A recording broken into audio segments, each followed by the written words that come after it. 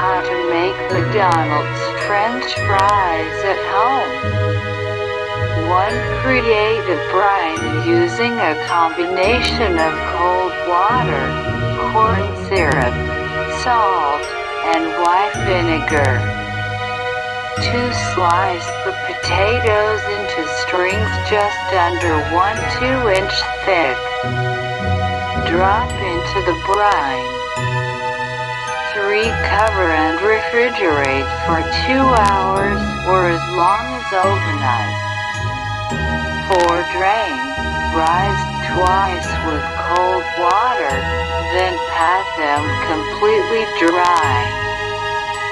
5. Fry in batches at 300 degrees Fahrenheit for about 5 minutes.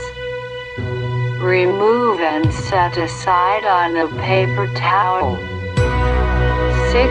They will be very soft. This is a good thing. 7. Season immediately with salt and serve.